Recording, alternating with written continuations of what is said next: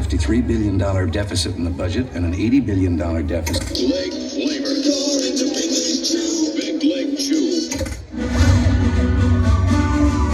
Tonight on American Case File. American Night. Heavy metal music. Gruesome horror imagery. Combining these two elements is what has made Spencer Charnas and Ice Nine Kills household names in the darkest recesses of the entertainment industry.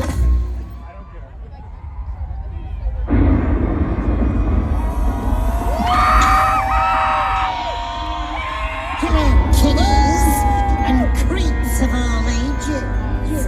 Before we get to tonight's main event, I've got a band for you who know a thing or two about rock and roll.